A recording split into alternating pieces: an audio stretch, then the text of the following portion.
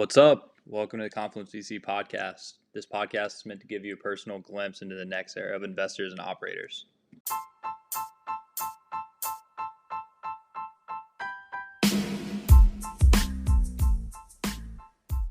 This week we had on Mike Suprovici with VC Lab. VC Lab is the leading venture capital accelerator program for fund managers. The program is 16 weeks. It's completely free for participants once they're accepted, and the goal is to help participants reach their first close.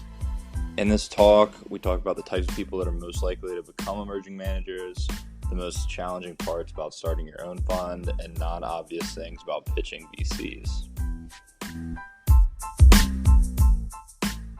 Yo, everyone, welcome to the Confluence.VC podcast. Today we have a close friend of the Confluence community, Mike Suprovici from VC Lab. And yeah, we're big fans. Maybe we should open the floor for him or them. I don't know what you go by. So everyone, we're very PC here. Just tell us about yourself. What makes you smile? How'd you get to where you are? And then we can dive into some stuff about VC Lab. Thank you so much for having me on, Tyler. Super excited to be here. Big fan of the community that you all are building as well. So my name is Mike Suprovici. I'm the head of acceleration here at VC Lab. VC Lab at this point is the leading accelerator for venture capitalists. So if you're a new manager and want to start a firm, VC Lab is probably one of the best, if not the best ways to do that. And this year alone, we're on track to launch over half of the new venture capital firms created worldwide. Taking a step back, I started at Founder Institute, where I was managing a portfolio of over 6,000 companies. And really, that's kind of how this whole idea for VC Lab started. So the number one thing that I did is try to help founders raise capital. Now, for those of you who aren't familiar with the Founder Institute at this point is the largest pre-seed accelerator in the world. It operates in over 200 cities worldwide. So as you can imagine, I was basically helping founders raise capital all over the world in all sorts of cities, every demographic, everything. In addition to that, Founder Institute is really pushing a lot of various diversity initiatives. So at the time I was helping, a portfolio that was over 40% female too. So I just started to see how hard it was for founders to raise capital, like everywhere, all over the world. It was just brutally difficult, really difficult term sheets, very hard process. At the same time, myself and Adeo Resi, who is the founder of the Founder Institute, we had raised, I think, 13 funds internally. So we said, look, maybe we can take this process that we learn around raising a fund, and since we know how to run accelerator very, very well, maybe we can try to start an accelerator for venture capitalists as an experiment. And that's how the whole thing started, really. It happened within Founder Institute as a little experiment, and it grew beyond any of our expectations. Again, this was just the need to try to solve the funding gap that we saw in the portfolio, but it grew beyond anything we ever imagined. We're just enrolled cohort 7, over 2,200 people started applications for the cohort. And so we ended up spinning it out. We spun it out of Founder Institute about a year ago, and just decided to kind of go all in and scale it. So both myself and Adeo Resi went all in to try to help launch new venture capital firms, and as of today, we've helped launch over 200 firms all over the world, with all sorts of super interesting various theses. And I'm happy to discuss the program and so on, and any other questions you may have, Tyler. No, I think that's super dope. I think it's fascinating as someone who's both launched and started or been in founding teams of funds, seeing everyone in the Confluence community start to spin up, and also as an LP. So I would love to understand the structure of VC Lab, and then maybe we'll get into incentives and long-term relationships and those kinds of things as well. Yeah, totally. So VC Lab, again, is an accelerator that helps new managers launch enduring venture capital firms, not funds. So the way we look at an enduring venture capital firm is a firm that gets to, has a family of funds under management. And our entire mission is to get people to fund 3, because at that point, you're essentially enduring. So a lot of the things you set up initially when you start a firm are designed to kind of try to help you get there. The program is free, but it's pretty hard. It's, in order for you to finish and to be considered an alumni, you must complete a closing. That's that's how it is. And the process that we underline there is all designed to help you get there. So we provide structured curriculum. And again, there's no theory. This is like not like learning about venture capital. This is like not a learning program. It's a closing program. So you go in, we tell you what to do, tell you how to think about like who to talk to, how to build your deck, all that other stuff. And it's all designed to basically get you to a closing. And there's a very specific reason for that. Before a closing, a manager is basically a person with a deck. Right. And that's like 80% of people that are going around talking to like LPs. Yeah. After a closing, you're a person with a fund. And future LPs take you significantly more serious. Now you can start to talk to other different types of LPs and all sorts of other stuff. And so you're in like a completely different stratosphere. Right. And so that's basically why the program is designed as follows. Now, we have a very powerful community, probably one of the top communities, if not the top communities for new managers, where you get all sorts of answers. We have office hours, all the stuff that you would expect out of an accelerator, just very focused on basically getting people to a closing. How do you, like, within this structure, I'm curious about the underlying like sourcing or choosing mechanism, like for the people in our community who may want to contact you, or just in general, like how do you find the people who can make it into VC Lab and what they're like? It's a really, really good question. So look, all of our growth has been word of mouth. We really didn't even have a website till like 4 months ago, and our website still needs an enormous amount of work. So we haven't really done a lot of marketing other than just some webinars and things like that. It's just, basically our community, people that are alumni end up telling other people. And that's basically how we end up, filling cohorts and getting folks to apply. And, we're again on cohort 7 now. We've helped launch hundreds of firms. And so, the network effect is basically taken off at this point. And, the program works really well. It's got really strong product market fit. And that's how we're growing. Now, you asked a really interesting question, which is regards to admissions. And we actually took a lot of these principles from the Founder Institute. So for the audience that doesn't know, generally the way most accelerators work, right? You've got a kind of like we call it an admissions person or team, and then just pick people. It's like you, and you, right? And then that's it. And then you basically finish the program, and that's the way it works. We have a 2-step admission program, and we feel that makes things a lot more fair and allows for a lot less bias, right? So we go through an extensive review where a panel of people reviews everybody's kind of application, and we look for various factors. And if you want, we can dive into that as well. Then we make an admissions decision, and then the program takes over from there. And as I mentioned, the program is a closing program, and we have very specific checkpoints along the way.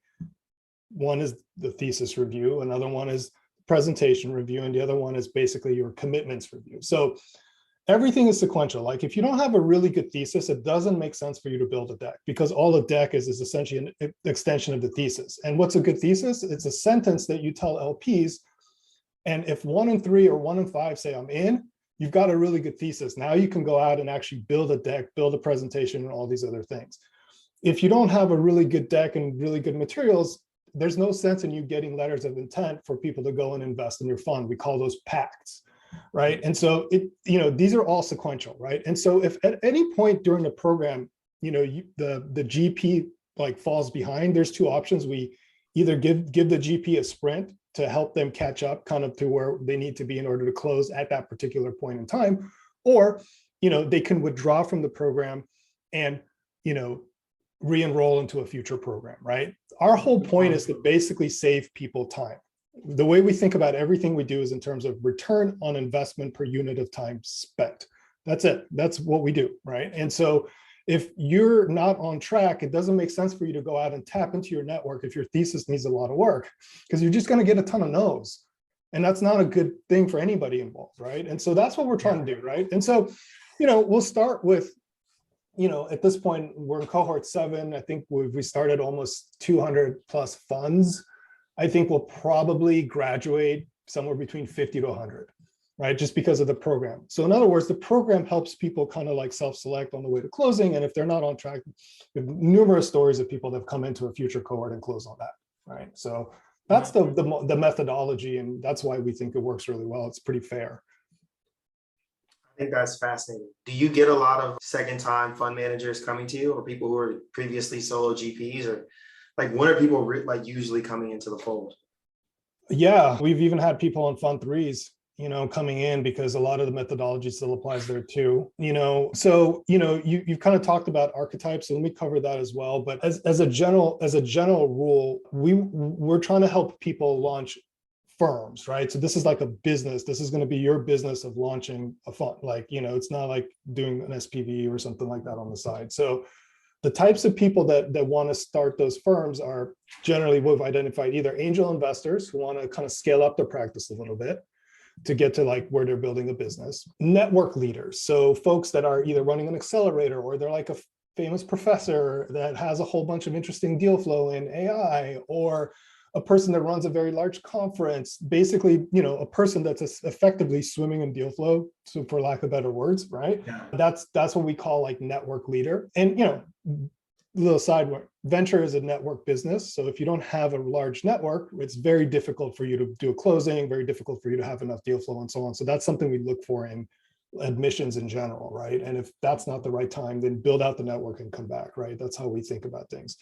Another type of folk, and we're seeing a lot of folks like this now, people leaving firms and starting their own thing, right? It's been very well documented how like a lot of the transition plans in many firms have been suboptimal, to say it politely. So a lot of people are just like, I'm going to just start my own thing, and so we've had a lot of people leave very famous firms to go and start their own thing. And that's another type of folk that works really well. And then finally, kind of a successful entrepreneur, right? And a lot of founders want that entrepreneur involved in their business somehow because of their advice. And so they also have incredible deal flow, right? So those four archetypes tend to do really well in the program, but we've made plenty of admissions decisions of folks that don't fit that. So it's not, if you're not that, it's all good. But I would say just still apply.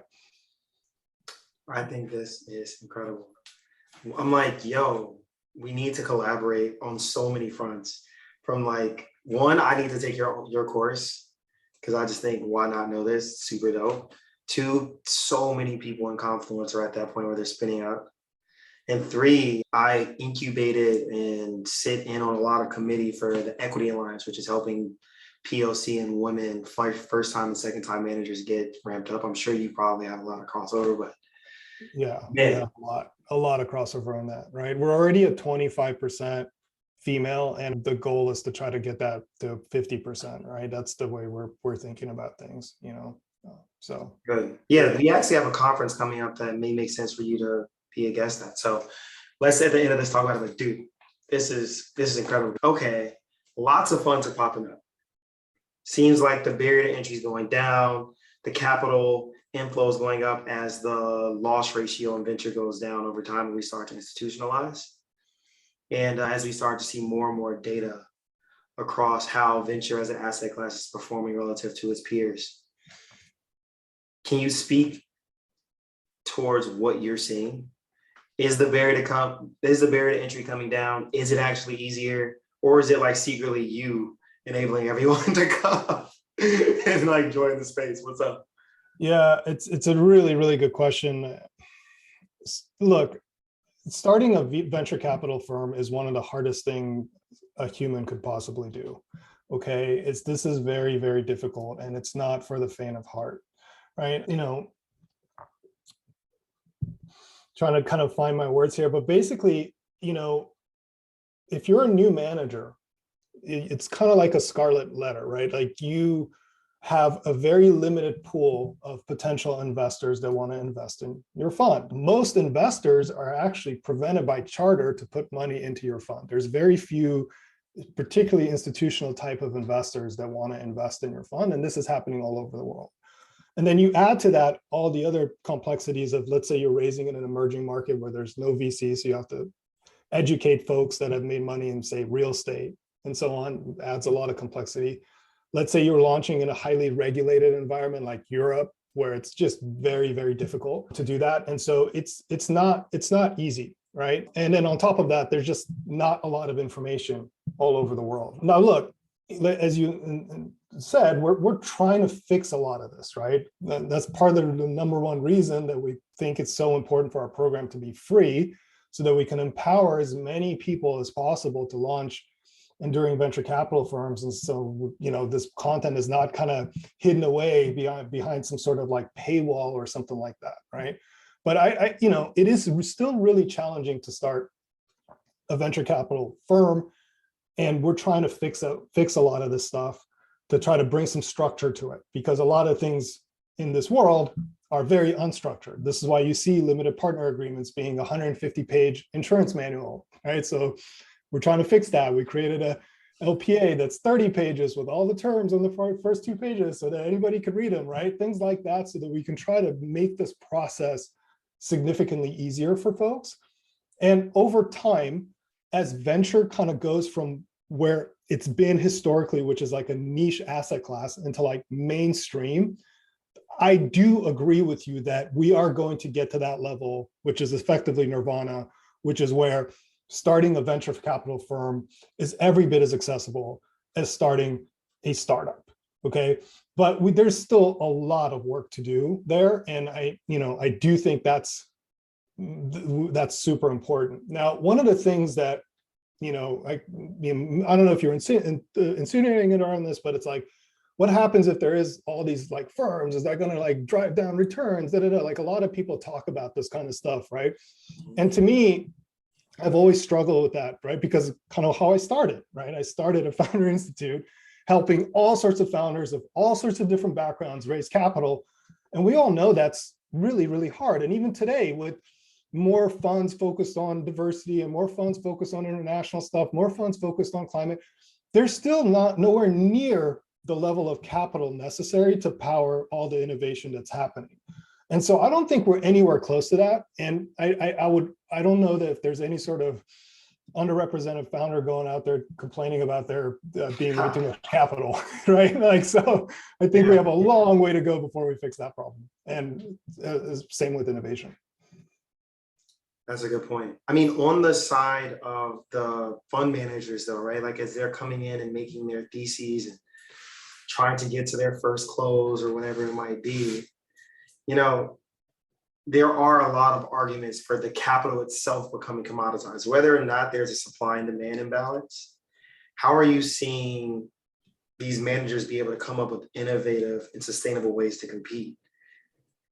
Well, as we've kind of like this thesis template, and the last part of it is like your secret sauce, okay? And so if you need to have a differentiated point of view for you to win, I mean, let's just use the cohort 7 example. I've mentioned there's 200 plus firms in it, right?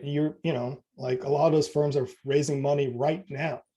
And so in order for you to win, you got to have a differentiated secret sauce. And that's why we spend a lot of time on thesis. That's why thesis often takes like a month or so for a lot of people to really crystallize, so they have a really good shot. But when you have that just right, then it kind of creates like this, what I call like the golden triangle, where like the perfect GP meets the perfect thesis meets the perfect LP. And that dramatically reduces fundraising, right? That, instead of you pitching 1,000 people, you're pitching 150 very specialized LPs that really, really care about your thesis, or 200 LPs or whatever the number is, right? You're converting 1 in 5 of them as opposed to 1 in 50 of them and things like that. So look, there are a lot of individuals who have incredible deal flow or incredible knack for spotting new and innovative companies, right? And so I think that, by empowering those folks, we will see a lot more innovation moving forward. And so that's how we think about the world, right? I mean, there would be no Moderna, right, without venture capital, no Tesla without venture capital. And there's no reason why those companies should be founded in, I don't know, Latam or Africa, or, in the middle of the United States or whatever, right? It doesn't matter where they are. That's how we see it. Yeah, totally agree. Whoa. Drop my question list. Everybody, the bag's out. Tyler doesn't write his own raps. Okay, so that reference? It's like a Drake and Meek Mill beef from years ago. But what I would love to get from you is what you're seeing is the most challenging? Yeah. What are these managers like when they have to drop out and come back, or when they're like going through the process and they get stuck in a bottleneck? Like, what are those moments, and what do they like vent to you about in the like group chats of like mental health? Like, I'm stressed. Yeah. I mean, so number one, we covered this like briefly a little bit before. I mean, getting this thesis just right is a lot of work. It really, really is, right? Because it's like, what makes you unique to kind of fund this specific type of company or focus or whatever it is that you have. So that takes a lot of feedback and a lot of iteration. And, the way we basically help people get through that faster is that we just have a lot of community working groups. We're in it, office hours and things like that to kind of help. But it's very, very difficult, right? Because it's just human nature, right? Human nature is to say, look, if I could just over explain this with you with like a deck or something like this, you would totally really understand what I have. Like, the more words I have, like the better I can explain. And in fact, that's not true. What you need is like to be able to explain something in like one sentence, because that's the foundation. And if that foundation is not solid, no matter what, no matter how much you build on top of that, it's not going to be very sturdy, right? And so, condensing something into like a one sentence with 35 words or less, with no adjectives, right? With data showing that what you've done in the past makes you super uniquely qualified to perform really well at managing individuals' capital, right? Is very, very, very difficult. It just is, and it should be, right?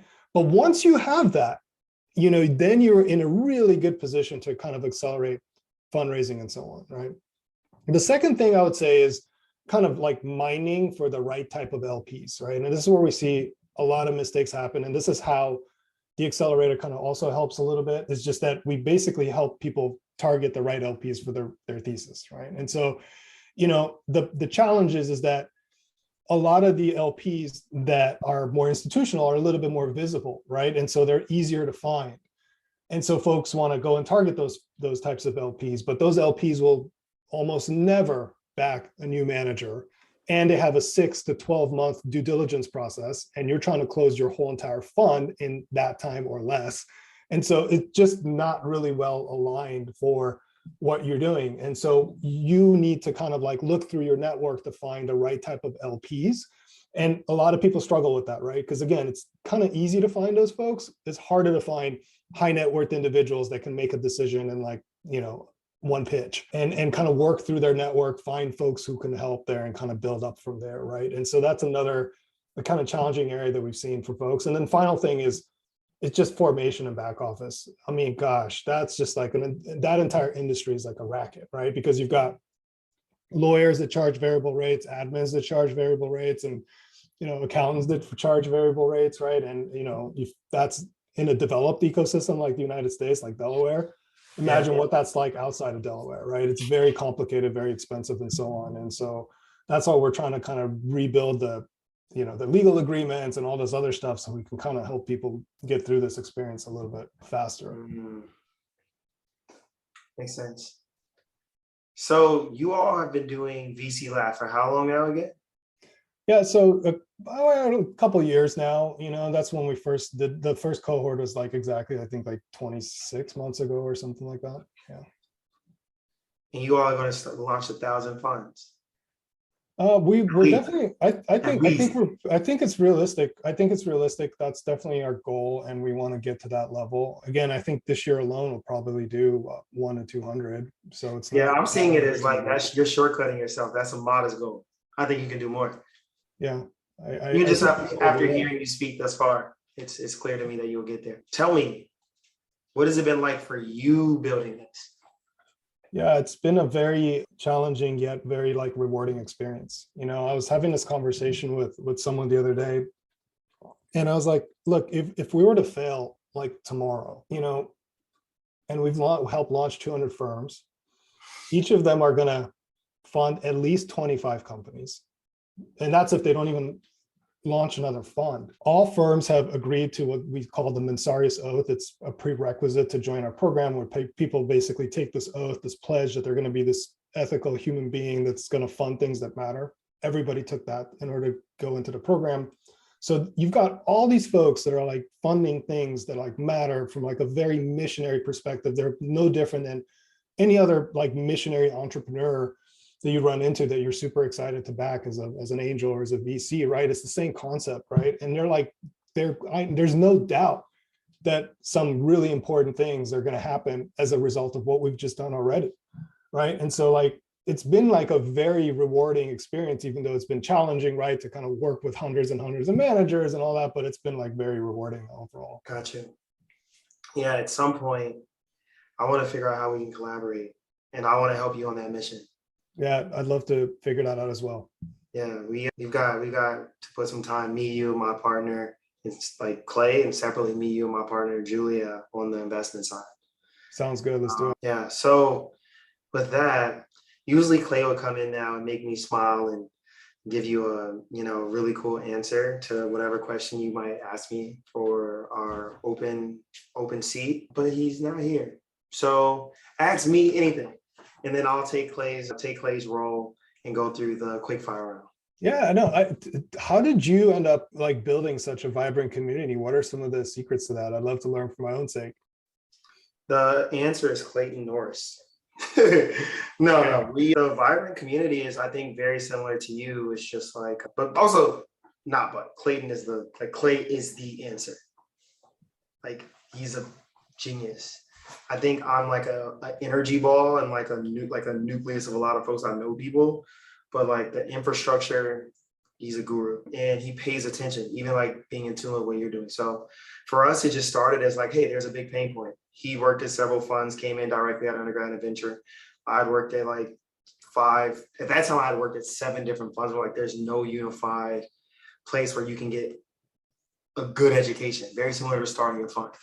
Like, you work for some single LP that's like a 70 millionaire trying to get their feet wet, you don't learn that much on average. If you work for TCV or Union Square or Point72, like I got to when I first graduated, or ABC when I was still in college, right? Like, you end up getting a lot of good training. So you're like, what if there's one place where you can get everything you need to know and it'd be like tier 1 information? And then what if we made that open source and everyone in the community, whether they be from a small shop with not much background or the best shop in the world, could add nuance?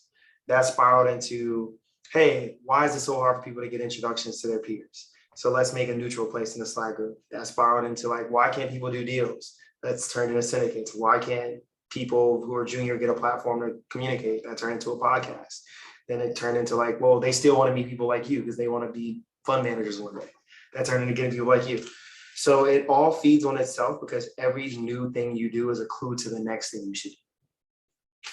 And that's kind of the mix of it. And, we're now at this really cool point where all we want to do is uplift people like you so your audience can grow and be impacted. And now from my side of things, I have capital to put behind it. And from Clay's side of things, he has platform with Visible to put behind it and partnerships that he can put behind it. So yeah, man, I hope that it keeps growing and we can impact a ton of junior investors who end up being your cohorts. Yeah, and I wish you continued success and love to help in any way that we can, for sure. We will collaborate and we'll figure something out. I'm like, why can't we push people into your thing? And then through our future GP Scout program where we fund people, why can't some of your folks from the Institute just like take capital from us? That's where my head is. So I'm putting it out there into the universe. Yeah. Everyone hear this. It may or may not happen, but it could be cool. Yeah. Any other questions? Not right now. Cool. Well, quick fire. 2 seconds. No, I'm kidding. 2 sentences or less. Run through these questions. Cool. Let's do it. What is a recommendation you regularly hear that you think is bad? Talking to lawyers and fund administration people early in the process, that's almost always a bad idea, because you just don't know what your LPs will want. You don't know what the fund is going to look like, and it's a complete waste of time and often a lot of money. So don't talk to lawyers or fund administrations until you have at least 10 to 15% of your fund hard circled, meaning signed letters of intent from limited partners. Just don't do it. Then you can start that process. That's a hot take. Very hot take. Love it. When should you start a fund? You should start a fund when you feel like your network is large enough to produce deal flow and help you with limited partners. If your network is not giving you lots of deal flow, for example, then I would say keep working on developing the network. In the last year, what new belief, behavior, or habit has most improved your life? Sleep optimization, 100%. I can go into details and geek out on that, but it's rapid fire. When should people stop raising a fund or quit venture? I mean, I think you should stop raising a fund if you've been at it for a year or more or whatever, and you're not getting any yeses, right? You're not getting anybody signing letters of intent. And this is why, by the way, the program works so well, because it creates the opportunity for people to figure out if this is what they want to do with their lives or not, right? Because you're going to test this out, you're going to do uncomfortable things, you're going to go talk to those LPs, lots of LPs, and then you'll know if you're ready or not. Okay, makes sense. If you had one ask for our listeners that would be beneficial to you and then separately beneficial to the world or your network, what would it be? I want the one for you. You can give it 5 sentences if you need. Yeah, I think look, if you're interested in starting a firm, definitely apply to the accelerator. However, if you're just interested in kind of working in the industry, if you just visit govclab.com and you go to jobs, an entire section where we basically match potential venture partners with alumni firms that have closed that are building and things. So it's another opportunity for you to basically kind of get involved in venture if you're early on in your career. So I would say take a look at that. Look, right now, the world needs a lot more venture capital, in our opinion, in order for important things to get funded. And so if you can help in any way on that, we're more than happy to support you. Beautiful. Okay, last one. We at Confluence, as a collective or Confluence, believe that everything that we do is for us and by us, including you. So anyone in your world that you want to see on this podcast, please let us know now in front of the world, and we'll figure out subsequently if we can make that happen sooner than later. Yeah, definitely. There's several GPs that have graduated that I really think you should talk to, and I can send you a list. But there's a gentleman named Ihar, and I will go ahead and send you the info there. But he's awesome. You should definitely have him on here. He's a terrific investor and angel. Okay, that'd be incredible. I would love to meet them. Cool. That's pretty much everything. Thank you, everyone. We should talk about. Thank you.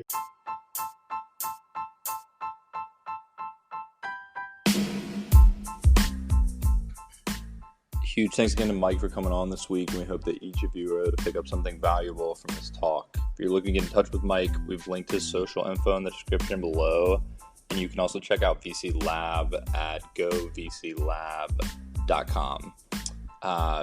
Like always, if you want to find out more about us, our website is www.confluence.VC.